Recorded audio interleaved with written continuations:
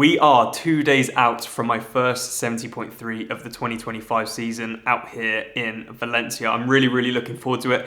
And I just wanted to share with you guys my race setup on my bike because things have moved fairly quickly. I've partnered with Argon, which I am so happy and proud to be a member of the Argon family. Like, it's absolutely amazing. I love the bikes so much.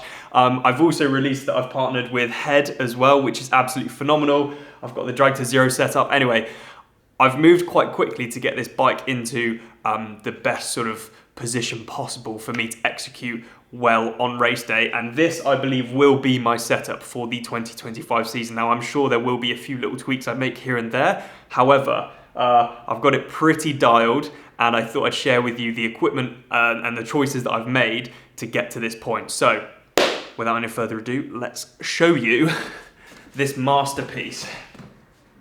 Now, I've got to say, I really like the look of the blue Argon, but the black one looks better. I'm just going to come out and say it, right? There's something about black and white. It just looks cool.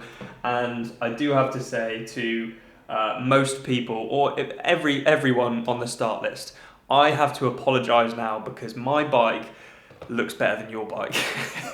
I just think this thing looks phenomenal. I'm so happy with it. I think it looks amazing. So let's start with, the bike, obviously the Argon. I've gone for a medium frame this year. Last year I was actually running a large, or the last 2 years I was running a large, and I'm really happy with the way that the medium feels. I was a little bit nervous that it would be too small for me. However, with the addition of the Drag to Zero front end, it's meant that I've got plenty of reach, and the bike just feels a bit more snappy, feels really good round corners, feels better climbing, feels more responsive. So I'm really happy with that. So if we start from the front and we'll just kind of pull ourselves back a little bit, you'll notice that I've got the Drag to Zero 0.66 front end, and that thing is pretty much fully slammed as far as I can go. I don't know if it looks like it on the video, but essentially you can't go past the kind of the front section of the front tire,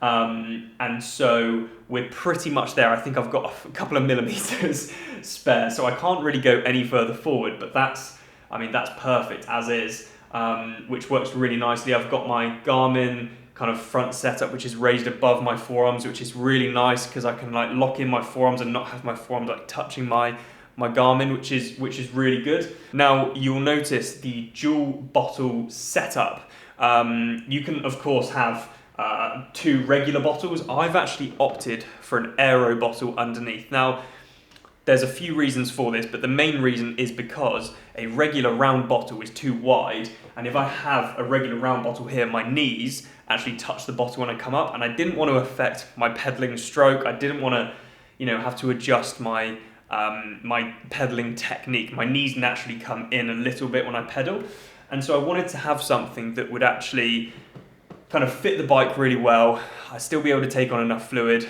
but also an aero bottle that's not going to fall out, because the Elite bottles that I've used in the past, if anyone knows the Elite Chrono bottles, I believe, they're really rubbish. They fall out, they rattle, everything.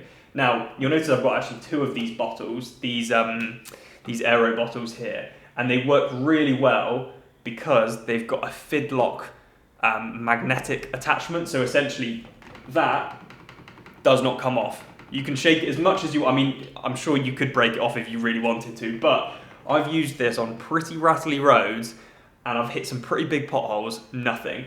Because the way it comes off is you turn it and you can fit 650 ml of fluid in here, which is really good. And then to get it back on, it just snaps back on. Like, it's such a good design. Now, I'm not going to tell anyone what the brand of these bottles are because they are a competitor to Argon, and I don't want to talk about a competitor to Argon. However, if you want to find out where the bottles come from and you want to get some for yourself, which I would recommend because I think they're very good bottles, the brand to look for sounds very much like the word Schmanion. Take from that what you will. You may need to do a bit of investigating, but that's all I'll give you. I have actually gone for another saddle. You'll know that if you watch these videos regularly, you'll know that I've really struggled with saddles. I've gone from ISM, I've gone from Stride, I went to a few different saddles from Callum Hughes at Velo Clinic. I've now landed with the Ergon saddle from BW Cycles, and I love it.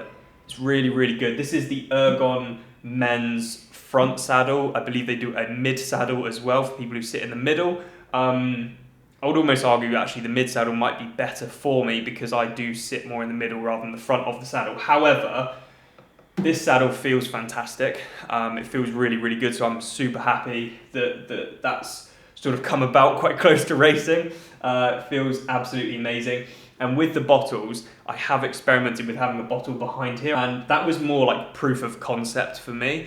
If I'm going to do an Ironman, obviously I would like, potentially to have a fourth contact point here for a bottle. But the reason why I've taken it off for this race is because it's only a 70.3. I can have a litre up here. I've got these which are above, a litre. So that's two and a bit litres of fluid. I don't really need anything else. Anything else is a bit extra. Now, the reason why you'd potentially have a bottle here for a 70.3 as well could be down to aerodynamic advantage. Supposedly having a bottle behind you can be more aerodynamic. However, I've heard mixed reviews on some people it works for, some people it doesn't. And I just felt like, unless I've got in black and white, Harry, this is faster for you, and we've tested it, there's no point in me adding something just for the sake of adding it to think that it might be quicker, because it may not be quicker.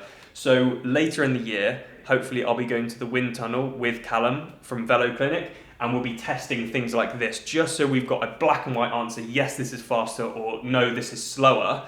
There's no point in me adding things on for the sake of aerodynamics when I don't actually know. So that's why I've gone for the 3 bottles here. I've taken off the bottle cage here. Then moving down to the group set, we have got a big old Drag20 60-tooth chainring here. Now, I've gone up from a 58 to a 60, partly because Leon went for a 60 this year, and I can't be outdogged by the big dog Leon Chevalier. So I've gone for a 60 as well. I should have gone for a 62. Anyway, actually there is more reasoning behind that. It's not just because we're in a bit of a dick swinging contest. It's more the fact that last year I rode a 58 one by, but I had 11.32, whereas this is 12 speed now. So I've got an extra gear, which means the shifts between gears will be more seamless. And I've gone 11.34 on the back. So I figured a 60, 11.34, is very similar to a 58, 11.32. The reason why I've gone 34, up to 34, is because it's 12 speed. So like I said, you've got another gear there. It means the shifts between gears are a bit more seamless, and I think that'll be a lot better. And that's going to be quite a good group set for most courses. Now, obviously, if I do a hilly course, if I do something like Leeds, for example, which I'm not too sure about right now, the course looks shite, then I'll probably go for a double front setup. However, one by, man, it just looks good, doesn't it? It looks so good. So I've got the Ultegra 165 cranks. I find 165 just helps me open up my hips a little bit. On the end of there, I've got the Favero Asioma pedals, which I think are fantastic, really, really accurate, and I can't really fault the pedals at all. Now, I will be putting a waxed chain on the bike as well. I've got a Shimano Dura-Ace 12-speed chain that has molten speed wax. I've never used molten speed wax before, but the normal one that I get from Watt Shop wasn't available, so I went for a different company, Midland Waxing or something, and anyway, it's with molten speed wax. I've heard good things about it, so that should be good.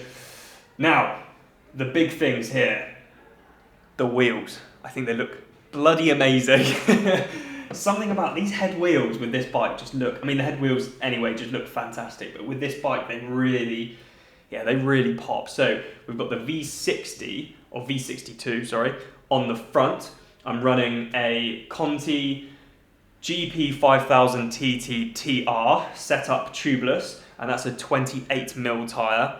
However, the head rims are actually fairly wide, so they probably push it out more to like a 29 maybe. And on the back, we've got the head disc, which is absolutely amazing. This wheel is absolutely fantastic. I think it looks really cool. That's also got a GP 5000 TT TR 28mm tyre setup tubeless as well.